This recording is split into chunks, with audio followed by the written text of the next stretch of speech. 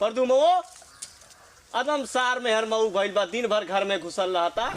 यहाँ पानी बिना गेहूं झुराता, निकल ले रे सारे। हाँ बाबूजी। मर्दवा सवेरे सवेरे हल्ला करेला तू। एक तो इतना ठंडी बा, ऊपर से तू हल्ला मचौले रहबा। हाँ सर कुल ठंडी है तू ही के लगा ताटे। यहाँ पानी बिना गेहूं झुराता, तू सरू मेरी सटल रहता गई ले रे सारे। जो जल्दी जो। थोड़ा घाम हो जाए थी तब जाई। आई हो दादा, ये तय के चूल्हे घुसना बनैले भी। ए सारे तेजो न तब तो को हुमसबो करब।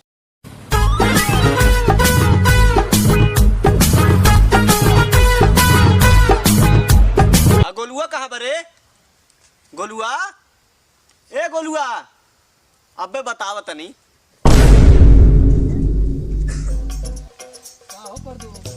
कहाँ लेके हो? जाते हो खेते में पानी धानी चलाओ, गेहूं सुखाता।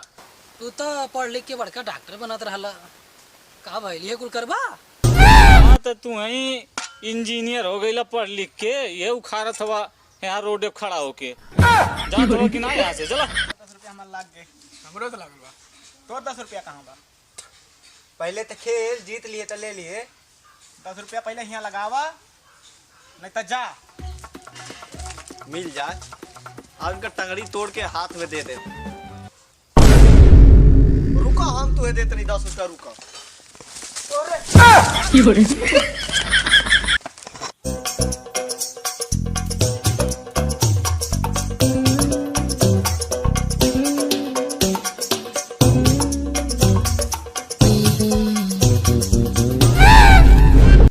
चल सारे चलते घर। सार जुआ खेल लेता ही। चल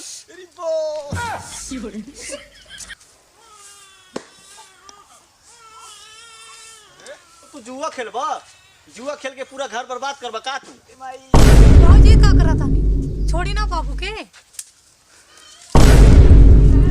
तू ही कुल के कपारे चढ़ा के दुलारे अनहर कर देले वाली कुल। नती सार ऐसन बिगड़त ना है।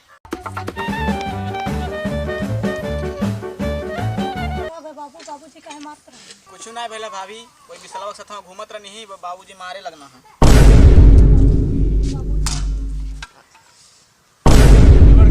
खाना लिया। ठीक है, अब बैठी हम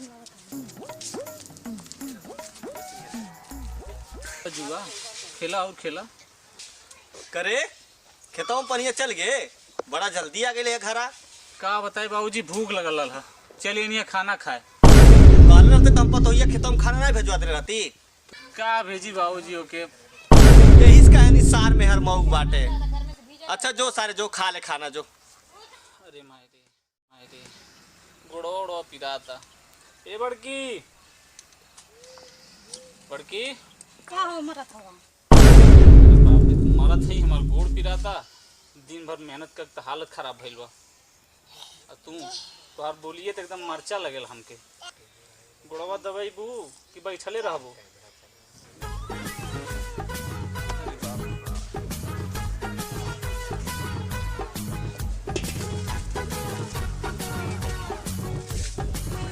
दवाई बू हो। गोड़वा का दबाव तली रे? सारे गटैया दबा दे। सारे दोनों धरती पर जाने बोझ बाना सही, कोनो लायक बाना नहीं। कत्तू करब खबा नहीं सरऊ गड़ुए खबा हम जात नहीं। पतो है तैला ये खनवा तो बड़ा भूख लगल बा, लावा जल्दी। खाना नहीं क्या बनौली आज हम? काहे ना बनेलू ह? आपके रोज रोज नौटंकी से हम परेशान हो गई ना। का हम कह देनी हो, काहे खाना ना बनेलू ह? हम कुछ ना जाना था नहीं, आज से हम अलगे बनाई खा। काहे पतो है का भइल ऐसन की अलगे बनैबू खैबू?